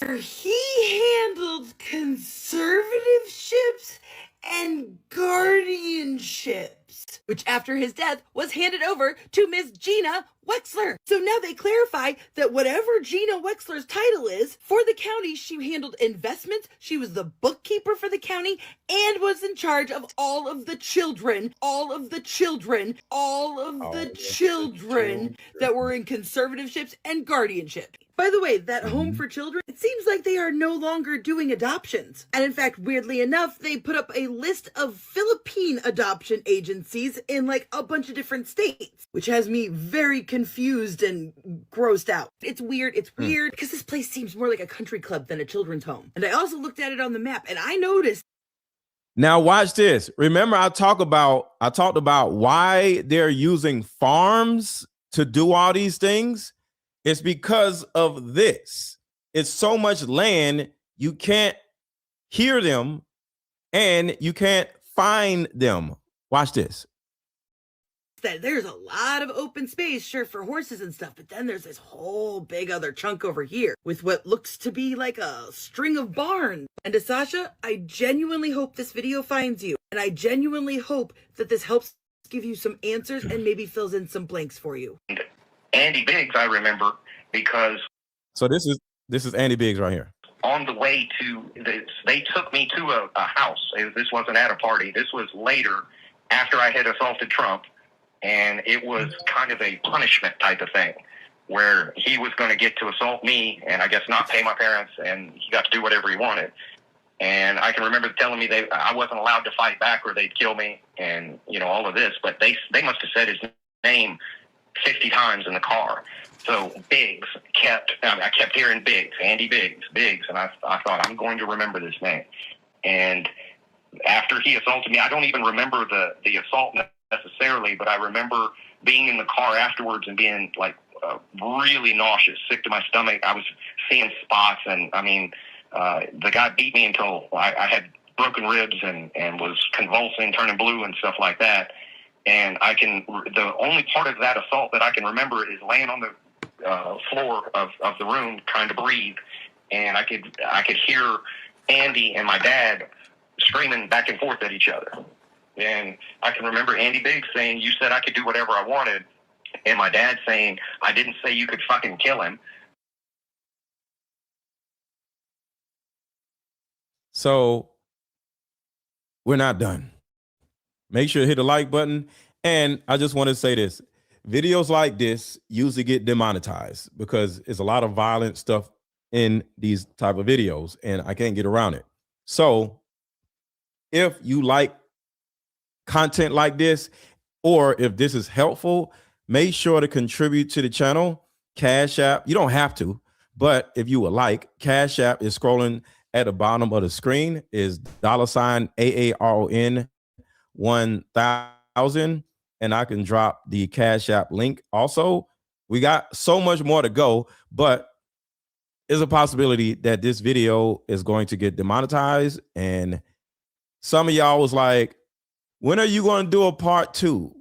And the reason why it took so long to do a part 2 is because most likely this video is going to get monetized and I'm not going to get paid. And this is what I do for a living. I don't have a job. So making content is how I get paid. So if you want to, you don't have to, contribute to the channel. The link, the Cash App link is in the chat and it's scrolling across the bottom of the screen. It's $AARON 1000. All right, let's keep going. What is next? What is next? What is next? Yeah, YouTube demonetizes stuff like this. And, you know, it is what it is. It's just, it comes with the territory.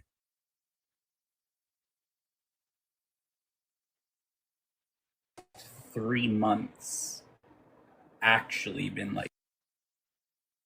All right, so, but do y'all have any questions? We've covered a lot. Just want to make sure. Do y'all have any questions? Or y'all are good? Say I'm good, or I got a question. Say I'm good, or say I have a question. Do you stream on multiple platforms? Yes. So what have the last 3 months actually been like for you? 3 months.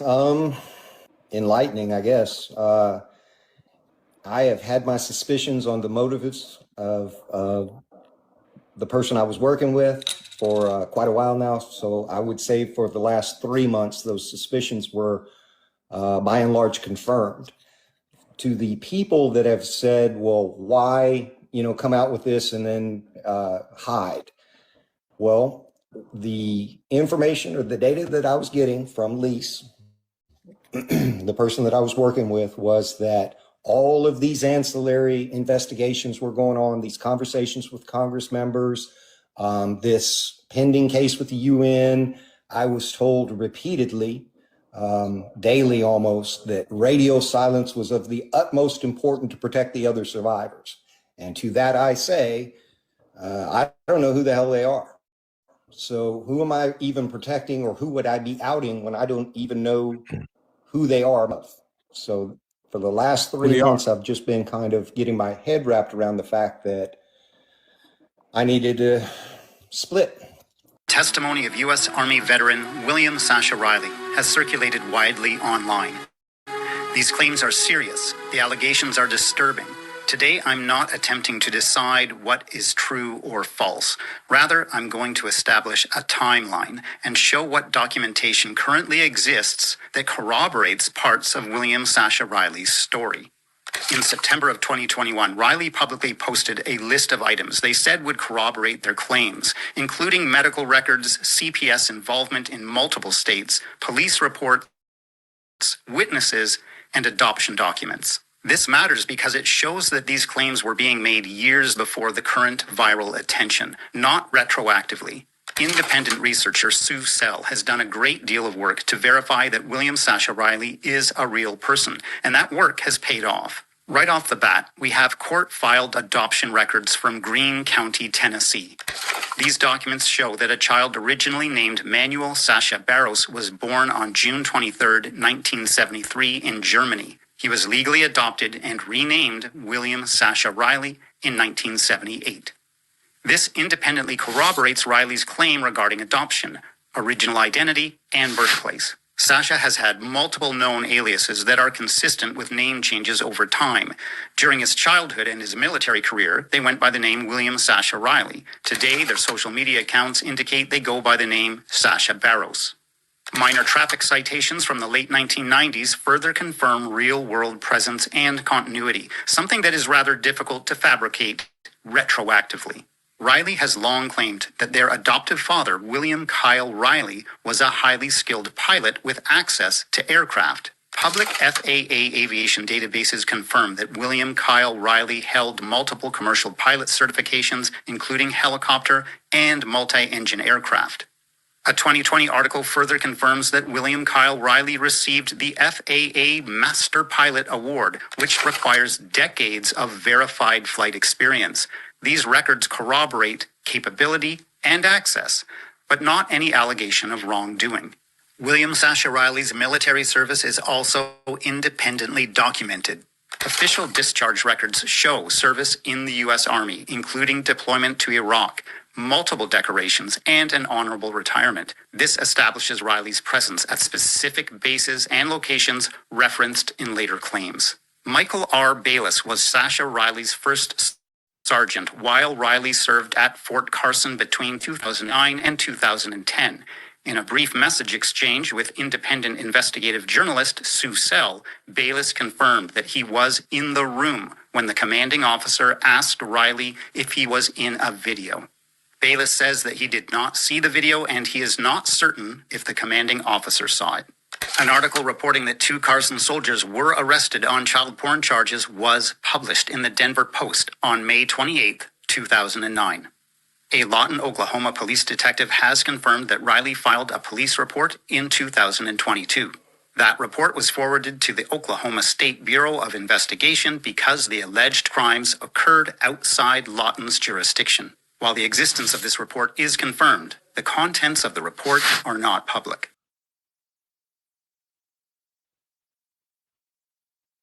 All right, so that is confirmation of Sascha Riley's story being true. So now this is more Sascha Riley audio here. Boys are hard to find, something like that. That may not. Girls are a dime a dozen, boys are hard to find. Does anybody want to know why girls are a dime a dozen and boys are hard to find? If there's girls and boys everywhere, why are boys hard to find? Does anybody want to know why? Does anybody want to know why? Put a 1 in the chat if you would like to know why these traffickers say girls are a dime a dozen and boys are hard to find. Put a 1 in the chat if you want to know, or either tell me what you think.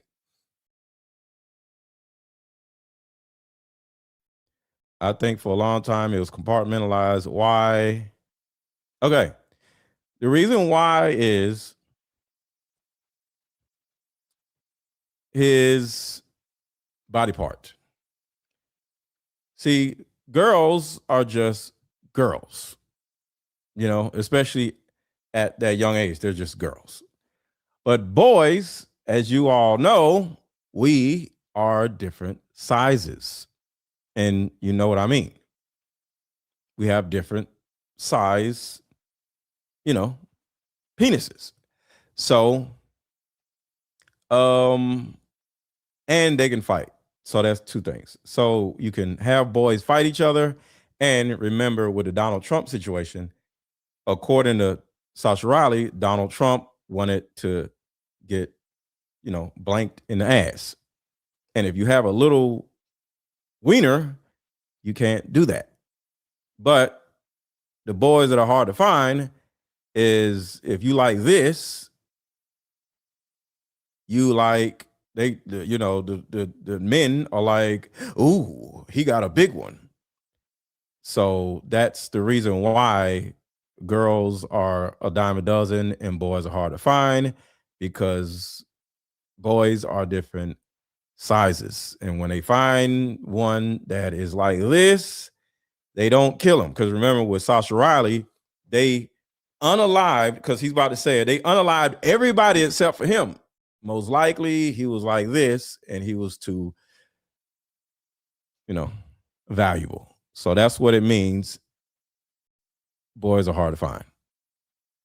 Girls are a dime a dozen, boys are hard to find. Something like that. That may not have been the exact words, but it was something to that effect.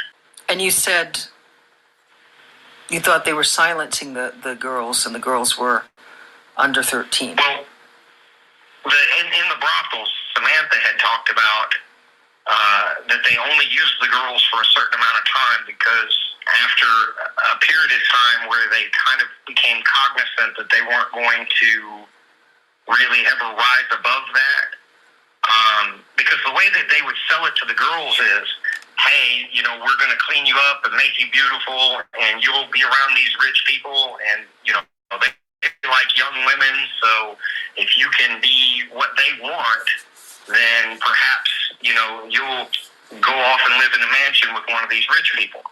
But that's a sign. So right there, it was being sold to the young girls that if you are happily allowing yourself to get blanked, one of these guys may like you and they would pick you and then make you his girlfriend, and he would whisk you off, and now you can live the rest of your life in a mansion and eat good food. Was that a lie or was that the truth? What do y'all think? I talked about this a little last night, so I'm gonna play it again. Say lie or truth. Do you think the traffickers were lying or telling the truth to this? Because the way that they would sell it to the girls is, hey, we're going to clean you up and make you beautiful, and you'll be around these rich people, and, they like young women, so if you can be what they want, then perhaps, you'll go off and live in a mansion with one of these rich people. But is that truth or is that a lie? Is that truth or is that a lie? Drop it in the comments, because I'm about to show you that is actually the truth. Y'all already know what I'm about to play because I played it before. The statement she did is because the book is being released in the United Kingdom in 2 days, where there's interviews and pieces from interviews where Epstein and Prince Andrew discuss how they were both fucking Melania before she was passed on to Donald, and how they were all shocked. Man, hold on, y'all. It's messing up. I hate why this messes up. The reason Melania Trump came out and made the statement she Sorry, did y'all. is because a book is being released in the United Kingdom in 2 days, where there's interviews and pieces from interviews where Epstein and Prince Andrew discuss how they were both fucking Melania before she was passed on to Donald, and how they were all shocked when he... Oh my God, why are you messing up? Sorry. It keeps messing up. Is because the Why book you is keep being messing up? released in Stop. the United Kingdom in 2 days, where there's interviews and pieces from Why is interviews this where messing up? Epstein and Prince Andrew just how they were both fucking Melania before she was passed on to Donald, and how they were all shocked. It's kind of like once I play this video, it messes up. And it doesn't mess The up. reason Melania Trump came out and made the statement she did is because a book is being released in... Like the Sascha Riley video wasn't messing up. It's like the second I play this, it messes up. It's kind of weird. I've been playing all this other stuff. Nothing was messing up. But second I play this, that's weird. the United Kingdom in 2 days, where there's interviews and pieces from What in the hell? both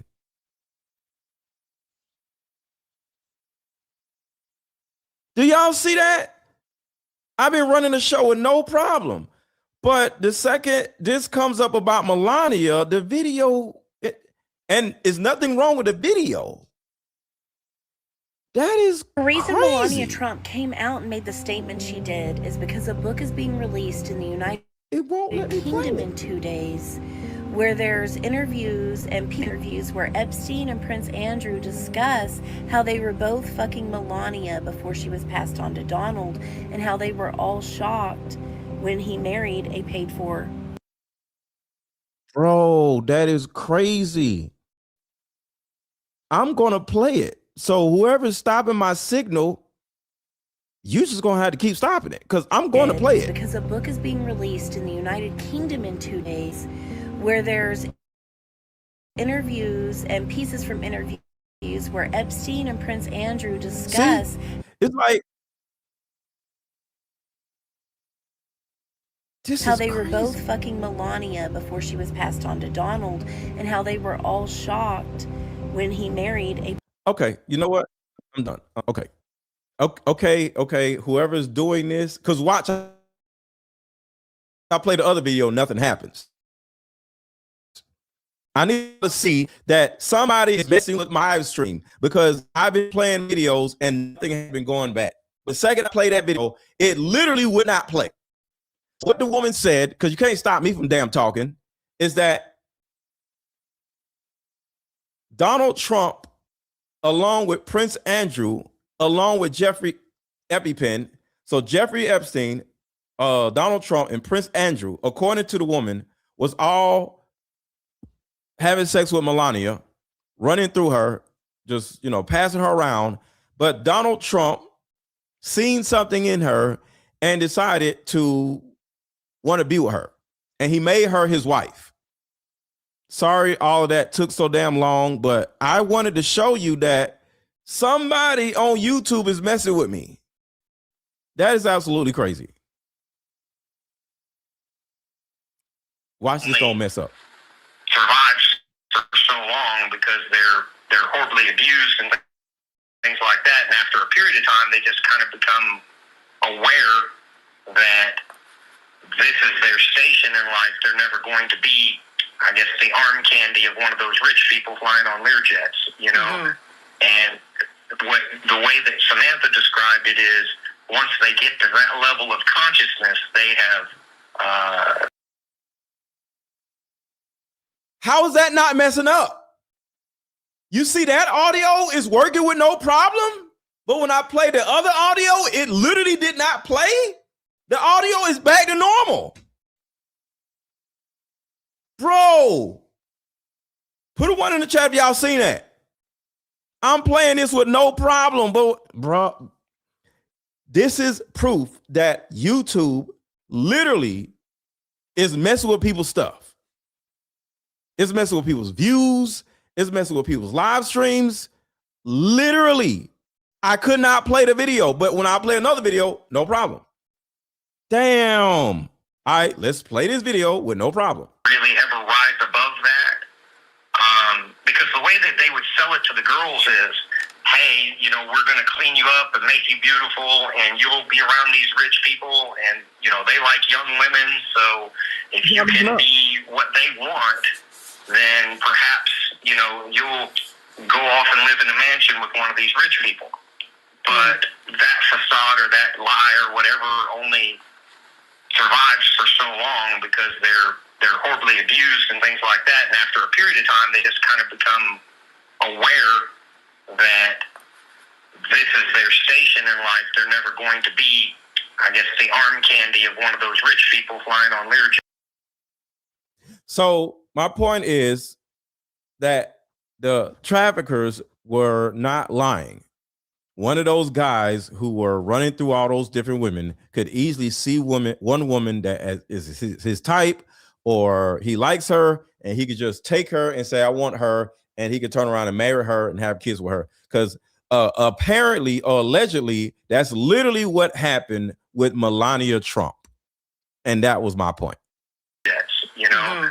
And the way that Samantha described it is, once they get to that level of consciousness, they have passed their expiration So they would only use the girls for a certain amount of time, and they were either recruiting or finding. I don't know how they got the girls, but I can remember even in the brief period of time that I was there, because I wasn't there for longer than just a few months. Maybe even. And let me show y'all something real quick. So as you can see right here, this came from the Epstein files. I don't know, try to send someone else. I have a friend, Scout. She sent me some girls today, but she asked for $1,000 per girl. I will send you girls now. Maybe someone will be good for Jay. Jay meaning Jeffrey. So that came from the Epstein files. So apparently Jeffrey EpiPen is or was paying women $1,000 per girl when they get brought to him. Maybe even just like a couple of months. But even in that small period of time, I saw 1, 2, 3, 4, 5 people killed. 5 killed during 2 months. Yes. I saw Sarah die at 2, which I believe it was 2. It may have been 1. It could have been 3. I wouldn't swear, on the number, but I believe it was 2 in that one shoot, and then the one girl that was killed during the filming. Well, let me count again. So it's Sarah, the 2. There's another one that I saw killed too. Think of a lot. All of these things are kind of compartmentalized a little bit. So I'm thinking, okay, this happened. Yeah, it's okay. Well, I understand. There's a lot. You've been through a lot, and you're trying to diligently remember. And at that brothel, I never saw anybody except this big-bellied hillbilly that ran it. Yeah. And then one other, I don't know what you call it, some mobster. That was the one that came in and shot the girl at random. Okay, so a mobster. Yeah. And I had no idea who he was. Just some older guy, gray hair, pinky ring type person, Yeah. And when the 2 girls were after the filming, tell me again what the other individual said to you, that you're good, they won't kill you, boys are hard to find. I was working, maybe packing up stuff or cleaning, or I don't remember exactly what I was doing, but I remember that I want to say we were breaking down the stuff that they used to film it. And when I heard the gunshot, I stopped working, and the guy was basically to the effect of, this doesn't concern you, just focus on what you're doing. So I kept doing whatever it was I was doing. And he said, boys are hard to find. You're good. Boys are hard to find. He said you're good. Girls are a dime a dozen. Boys are hard to find. Something like that. That may not have been the exact words, but it was something to that effect. So it sounds like in the case with the Trump-Epstein ring, in terms of whoever they thought was expendable, disposable, the girls that were under the ages of 13 years old that were considered, would you say it was more about, were they financially poor? They would just dispose of them as they were more aware? Yeah. Okay. Yes. Once kind of the gig was up, where they knew that the lies that they were being told weren't ever going to materialize, that no matter what they did for these rich people, they were just being used. Yeah.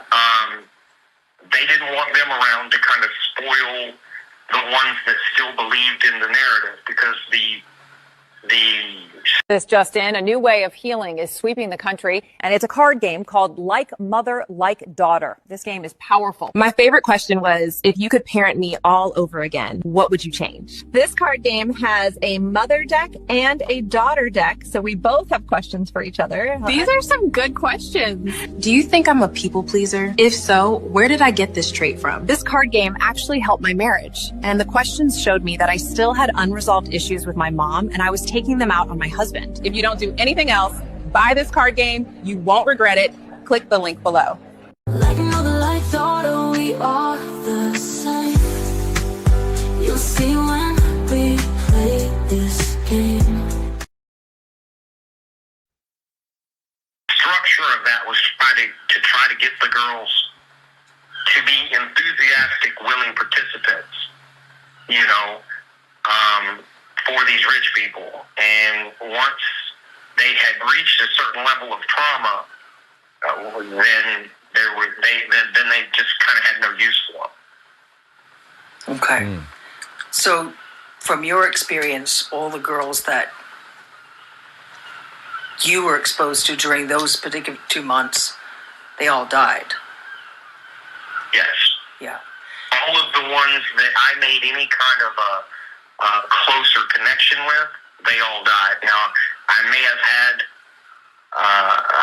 there's not even any made to it. I had connections with more people that I don't have, didn't make as much of a concrete memory with, and I couldn't tell you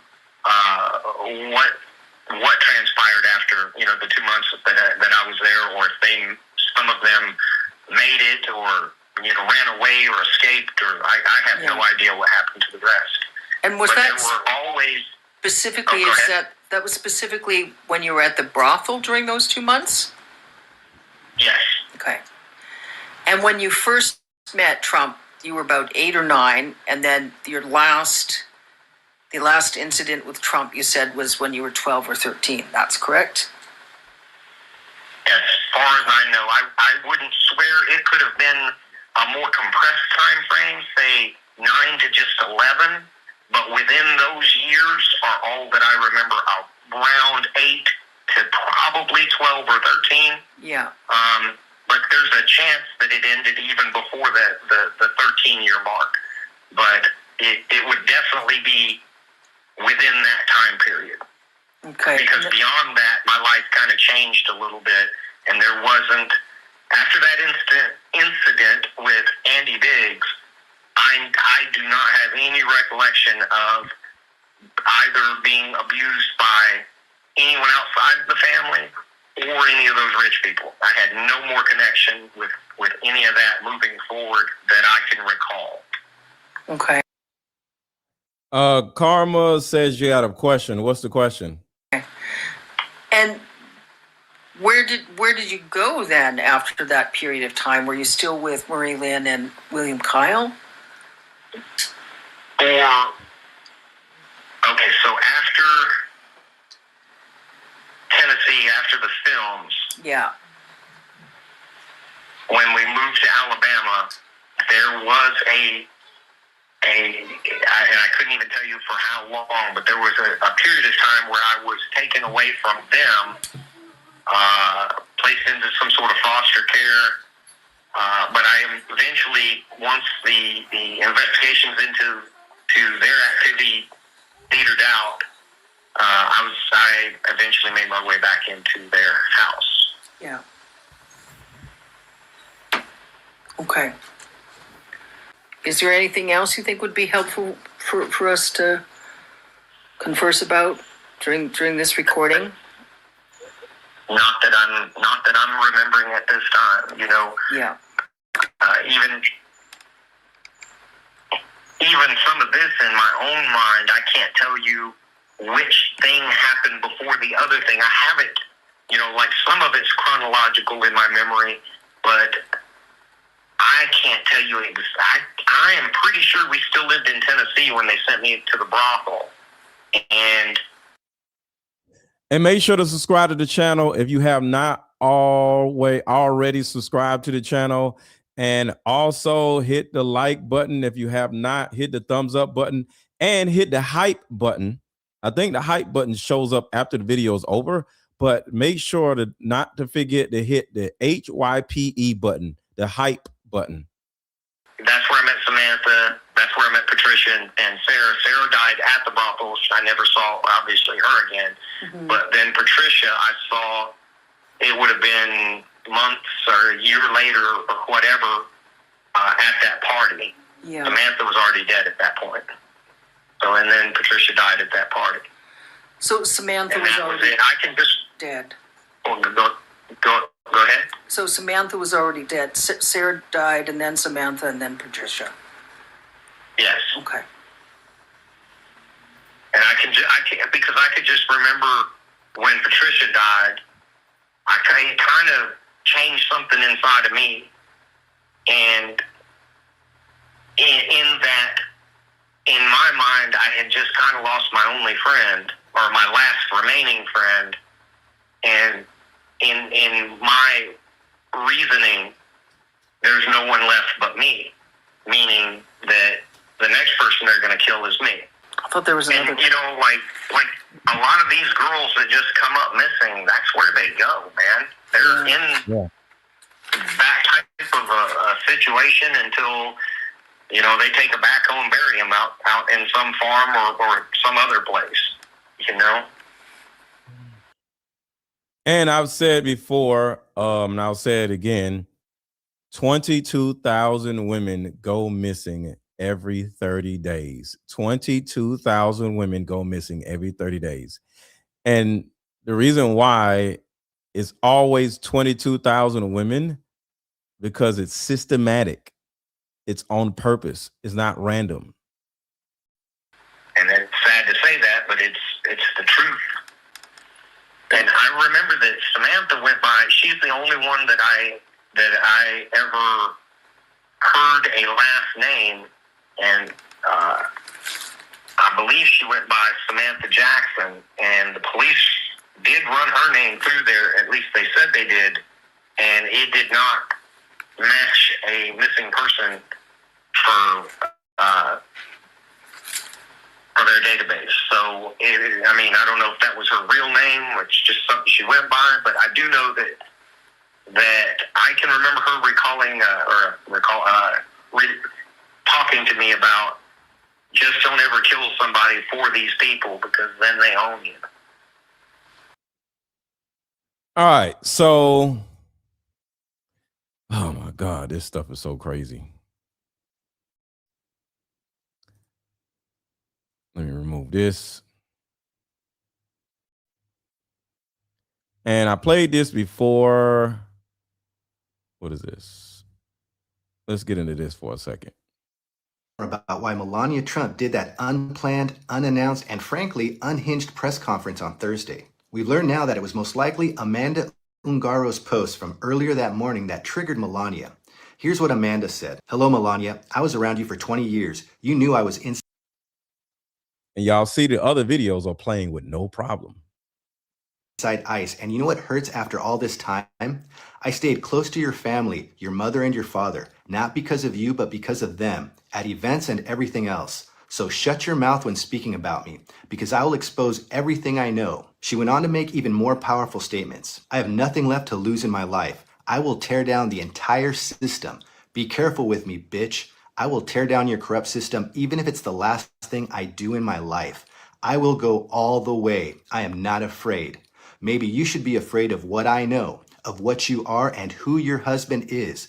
We'll take legal action against you and your PDF husband. Look, I'm sure a convicted felon like Donald Trump has accusations like this leveled against him all the time. But what makes Amanda's accusation so critical is because of who she is, what she knows, and what she's been through to get this pissed off. Just for a moment, let's put ourselves in Amanda's shoes.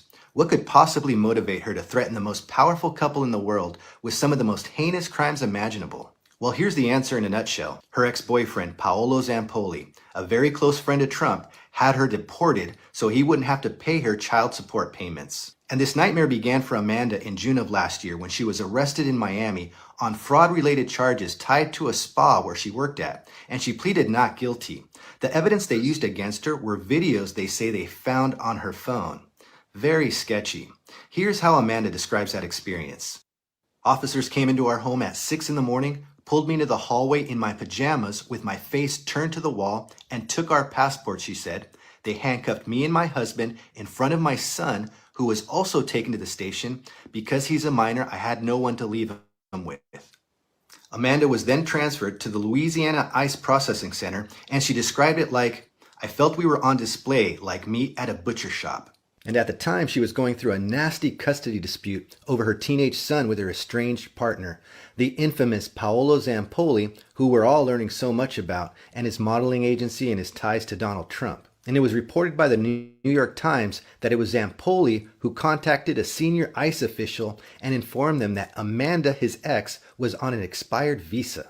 Now keep in mind that Zampoli at the time had the position of U.S. Special Envoy because of his relationship with Trump. So he was very well connected, and he was enraged by the fact that Amanda was requesting the courts give her full custody of their son, a decision that could have resulted in years of child support payments. So while Amanda was in custody from her original arrest, she gets picked up by ICE and placed into federal custody, where she remained there for 4 months until she got deported to Brazil, where she remains there as of today. According to reports, her teenage son has been able to visit her in Brazil, but he remains in the U.S. with his father. So just imagine, if you will, the furious rage and anger that Amanda must be feeling after having been separated from her son, from her life for 4 months, and then being deported to Brazil, where she is now in a legal battle trying to get back to the U.S. And all of this was from a crazy ex-boyfriend who's helping the president cover up some of the most horrendous crimes of our lifetime. So not only is she pissed off that she had to spend 4 months of her life in an ICE detention facility, but she was also placed there to stay quiet about Trump's crimes. And now Amanda has a team of lawyers. She's fearless on social media, and there's even rumors circulating that she'll be meeting with the House Oversight Committee. How does that saying go? So there's a possibility that she's going to spill all the beans if they don't unalive her. Somebody said, so he didn't care about his child. No, he has his child. She got deported. The child is still with him. So Zamboli still has his child. So he cares about his child, but not the mother of his child. Sadly, it is what it is. It's freaking sad. All right, y'all. So hopefully this gave y'all an understanding of the full context of how the Sascha Riley situation is connected to Trump and all of this other stuff, including Charlie Kirk and Erica Kirk. I'm going to do another show probably this evening or tomorrow about how Erica Kirk is losing Turning Point USA. Turning Point USA is literally falling apart right in front of all of us. So I'm going to do a video about that next. And in the meantime, I need everybody to go over and watch my full playlist that y'all missed. So I'm going to drop the link to my playlist in the chat. I'll drop the link to my card game in the chat.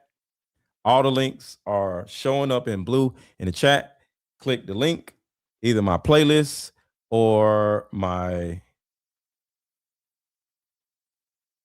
card game. Hit one of the links in the chat, and I will talk to y'all later. I'm going to play a couple of videos. Y'all already know we're going to have a little party real quick, and I am out. Hit a like button, hit a like button, hit a like button, hit a like button. Let's go.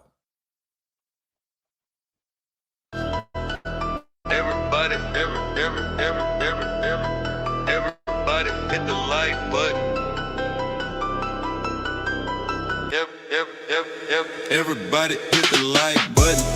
Everybody hit the like button. Everybody hit the like button. Everybody hit the like button. Everybody hit the like button. If you got something to say, drop it in the comments. Don't be acting afraid. What? Everybody hit the like button. Everybody hit the like button. If you got something to say, drop it in the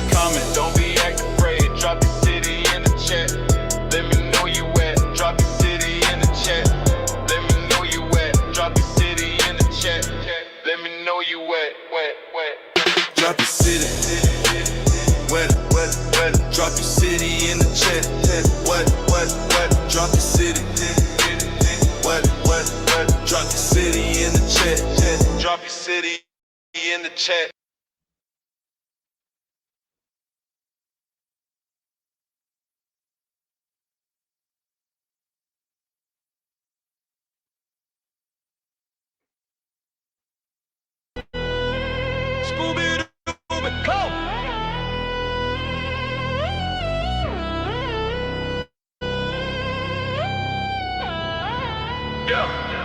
Scooby-Dooby-Doo, looking for the clues. Hit the like button if you part of the crew. Scooby-Dooby-Doo, looking for the clues. Hit the like button if you part of the crew.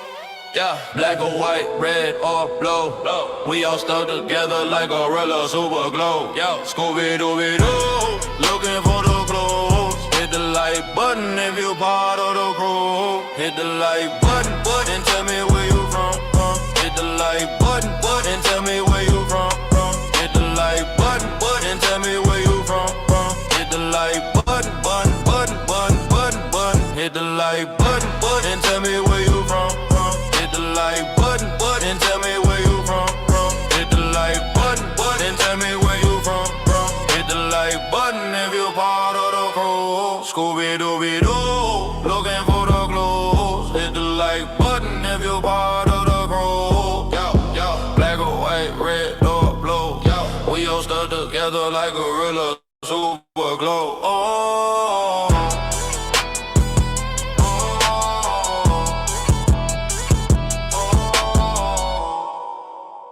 Bless me and my mother with one of these decks. And I was asking her the questions while we were heading to the airport, and she was asking questions. And I like that there is something in there that really helps you to identify, how do you feel? How do you feel? How do you express this? What word could I use? Or et cetera, et cetera. And I don't want to get too much into it because I really think that you guys should check this out. Even in the half hour that we were asking these questions, it created such deeper discussions. I actually remember there was one question, and it was something along the lines of, did my mom ever experience grief that would have allowed her not to be as attentive? And then we started talking about, and that led to like a really cool conversation. And so it was good. And I like it because we were giggling in the car, like talking about these different stories, stuff around Christmas time. Oh, do you remember this? And it just allowed us to be very nostalgic and really take that road down memory lane. So that was, this game is really cool. So I definitely appreciate it, guys. We're going to connect the link below if you're interested in getting the mother-daughter card game. It's literally like therapy in a box. You get to ask all the questions.